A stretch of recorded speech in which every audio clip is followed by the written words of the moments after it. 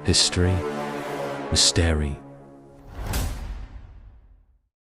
Mari kita bahas kejadiannya.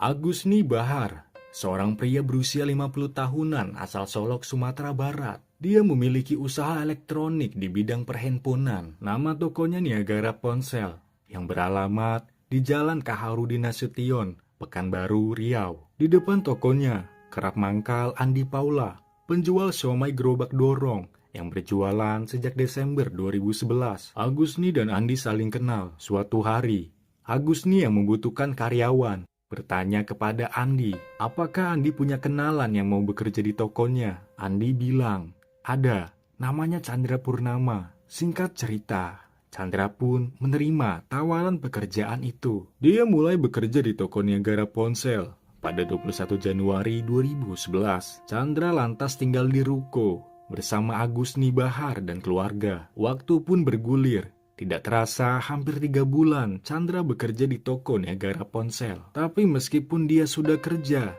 semakin lama dirinya semakin resah.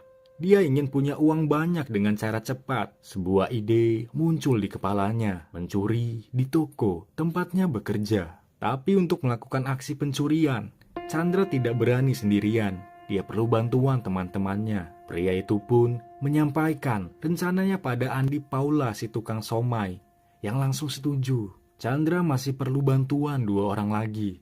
Lewat ponsel, dia pun mengajak temannya di Jakarta, yaitu Rohim, untuk membantu aksinya. Rohim kemudian mengajak Dwi Trisna Firmansyah. Pada 5 April 2012, Chandra mentransfer 1 juta rupiah untuk ongkos keduanya datang ke Pekanbaru. Chandra juga mengirim lagi tambahan 500 ribu kepada keduanya ketika mereka berada di Palembang dalam perjalanan menuju Pekanbaru. Pada 10 April 2012, sekitar pukul 10 pagi, Dwi dan Rohim sampai ke Pekanbaru.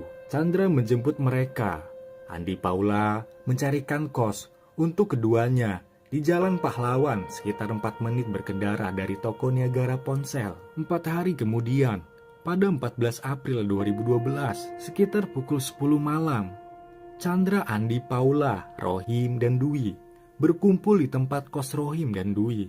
Di sana, mereka mulai merencanakan aksi pencurian toko Niagara Ponsel. Chandra menetapkan pelaksanaan pada hari Minggu, dan demikianlah pada Minggu 15 April 2012 pukul 10.30 malam mereka kembali berkumpul.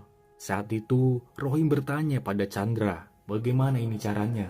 Chandra menjawab, ya nanti orangnya kita ikat dan mulutnya kita lakban. Mendengar jawaban itu, Rohim membalas, bodoh, kalau gitu bagusnya dimatikan saja. Soalnya bosmu kan sudah kenal dengan kamu dan Andi. Kalau tidak dibunuh bahaya. Setelah rencana tersusun, sekitar pukul 12:30 malam, keempat orang itu pun berangkat ke toko Niagara Ponsel. Sekitar pukul 1 dini hari, tanggal 16 April 2012, mereka terlebih dulu duduk-duduk di depan bengkel sepeda motor yang ada di samping toko ponsel. Ketika sudah pukul 3 dini hari, Chandra mengajak ketiga temannya masuk ke ruko. Dia minta mereka bersembunyi di kolong mobil Toyota Rush milik Agusni. Chandra lalu menutup rolling door ruko dan naik ke lantai 2. Kamar tidur Agusni dan anaknya Dodi terletak di sana. Dodi Haryanto, sang anak, seorang mahasiswa. Dia berusia 20 tahun.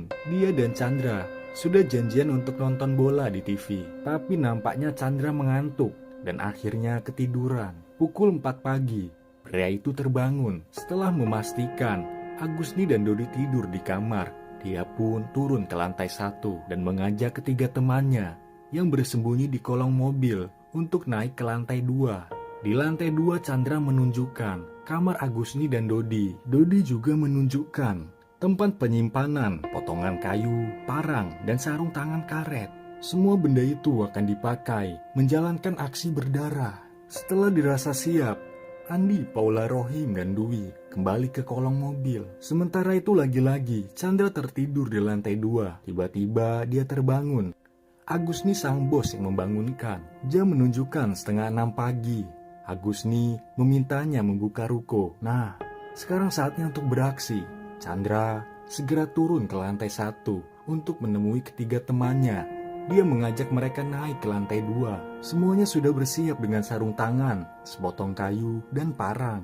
Mereka melihat Agusni sedang sholat subuh di lantai 2. Rohim yang memegang kayu segera menghantamkan kayu itu ke tengkuk leher. Pria itu tumbang ke depan. Rohim langsung mencekik Agusni dengan kakinya. Dan terjadilah pergumulan keduanya di lantai. Andi Paula segera datang, membantu memukul tengkuk Agusni dengan gagang parang hingga pria itu terkulai lemas. Belum puas, Andi membacok Agusni berulang kali dengan parang hingga gagangnya lepas. Dia bergegas turun ke lantai 1, mengambil parang lain, dan kembali membacok leher Agusni.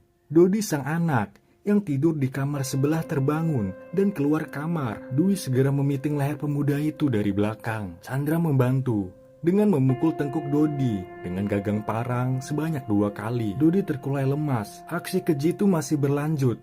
Chandra mencekik leher Agusni dengan tali, sedangkan Rohim menutup kepala Dodi dengan bantal, lalu menggorok lehernya dengan pisau lipat miliknya. Selanjutnya, untuk memastikan Dodi tewas, Andi Paula membacok lehernya dengan parang. Agusni Bahar dan anaknya Dodi Haryanto tewas berkubangan darah. Keempat pelaku membersihkan ruangan dari percikan dan genangan darah.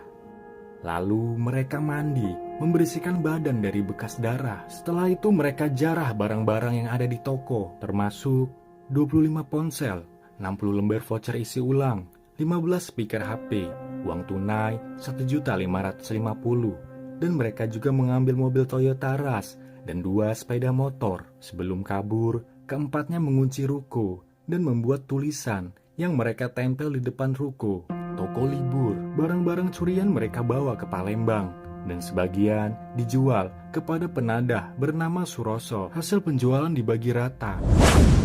Sementara itu, Sulastri, istri Agusni yang saat itu berada di Dumai, bolak-balik menelepon sang suami dan anak, tapi telepon tidak dijawab. Sulastri lalu minta tolong anaknya Rian yang kos di wilayah Rumbai, Pekanbaru, agar mengecek ayahnya di ruko. Rian pun datang ke ruko dan heran mendapatkan ruko dalam posisi terkunci. Saat mengintip dari luar, dia lihat mobil tidak ada dan sisi toko habis. Akhirnya pintu ruko dibuka dengan las dan tampaklah pemandangan mencekam di dalam ruko. Agusni dan Dodi tewas dalam kondisi yang sangat mengerikan. Jasad mereka mulai membusuk karena baru ditemukan 2 hari kemudian setelah tewas. Polisi pun segera dipanggil. Orang yang pertama dicurigai adalah Chandra, si karyawan toko. Biasanya setiap hari dia tidur di ruko, tapi sekarang kemana dia pergi? Mengapa hanya Agusni dan Dodi saja yang menjadi korban? Polresta Pekanbaru bergerak cepat, tidak perlu waktu lama. Mereka berhasil meringkus 3 pelaku, yaitu Andi Paula, Chandra, dan Dwi, di kawasan di Sumatera Selatan. Ketiganya memang warga Sumatera Selatan. Dalam penangkapan, polisi sempat menembakkan timah panas yang kemudian bersarang di kaki Andi Paula. Saat diringkus, mereka sedang bersiap menjual mobil curian milik Agusni. Polisi berhasil menyita barang bukti berupa mobil dan 2 sepeda motor milik korban. Sedangkan Rohim buron dan masuk dalam DPO atau daftar pencarian orang. Perburuan dilakukan hingga Jakarta. Rekonstruksi pembunuhan digelar Polresta Pekanbaru pada Mei 2012 dan dihadiri keluarga almarhum Agusni Bahar dan Dodi Haryanto. Kesedihan keluarga sangat mendalam. Zulkifli, adik Agusni, mengatakan, "Mereka kejam. Abang dibunuh saat sedang sholat. Manusia macam apa yang tega melakukan hal seperti itu?" Derita yang dialami pihak keluarga luar biasa. 2 nyawa melayang tanpa alasan yang jelas, sangat menyakitkan. Zulkifli mengatakan, apabila keempat pelaku dihukum mati, maka itu pun belum bisa membalaskan sakit hati yang dirasakan keluarga kedua almarhum. Keluarga sangat kehilangan, sebab Agusni Bahar merupakan anak tertua dari 7 bersaudara. Dalam keluarganya, almarhum selalu jadi panutan, rujukan, tempat berlindung, serta pemberi nasihat yang didengar kata-katanya. Hanya 3 pelaku yang diseret ke pengadilan, sebab Rohim masih buron. Di persidangan terbukti, mereka melakukan pembunuhan berencana secara bersama-sama. Chandra Purnama mengatakan, motifnya melakukan perampokan karena terlilit hutang 8 juta rupiah. Pada 25 September 2012, Majelis Hakim Pengadilan Negeri Pekanbaru menjatuhkan vonis hukuman mati pada Andi Paula, Chandra Purnama, dan Dwi Trisna Firmansyah. Sedangkan Suroso si penadah divonis hukuman 1 tahun penjara. Ketiga pelaku mengajukan banding, lalu kasasi. Di tingkat kasasi, Mahkamah Agung menguatkan putusan pengadilan sebelumnya dengan tetap menjatuhi hukuman mati kepada terdakwa. Namun ketiganya tidak mundur, dan lewat kuasa hukum mereka mengajukan gerasi kepada Presiden. Dan pada Februari 2015, Presiden Jokowi mengabulkan gerasi salah satu terdakwa, yakni Dwi Trisna Firmansyah. Hukuman mati diubah menjadi hukuman penjara seumur hidup. Asep Ruhyat, kuasa hukum Dwi, berterima kasih kepada Presiden yang telah mengabulkan gerasi kliennya. Asep mewakili Dwi menyampaikan permohonan maaf kepada keluarga korban. Asep mengatakan, Dwi bukan aktor utama dan bukan otak pembunuhan. Dwi hanya melihat, kemudian diajak pelaku. Hal inilah yang kemudian jadi salah satu pertimbangan permohonan gerasi Dwi dikabulkan. Sementara itu keluarga almarhum Agusni dan Dodi protes. Mereka menganggap pemberian gerasi pada Dwi sebagai kesalahan besar. Keluarga menemukan bukti yang sangat berharga di dalam ruko, yaitu memory card milik Chandra. Dalam memori itu, ada rekaman percakapan Chandra dan pelaku lainnya. Mereka ternyata merupakan gembong perampokan dan narkoba lintas provinsi, termasuk Dwi pernah melakukan kejahatan yang sama di Palembang. Bukti rekaman itulah yang kemudian diajukan di tingkat banding di Pengadilan Tinggi dan tingkat kasasi di Mahkamah Agung. Bukti itulah yang semakin menguatkan dijatuhkannya vonis hukuman mati kepada ketiga pelaku. Karena itulah keluarga korban heran dan bertanya-tanya, mengapa malah hukuman mati Dwi dibatalkan? Keluarga korban menegaskan mereka akan melayangkan surat protes kepada Presiden dengan melampirkan bukti rekaman pembicaraan para pelaku. Namun, pada akhirnya Dwi tetap lolos dari hukuman mati dan kini meringkuk seumur hidup di balik bui.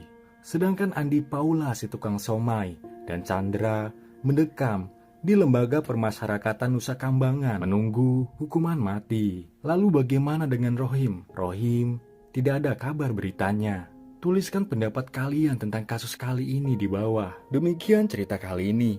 Sekian, terima kasih.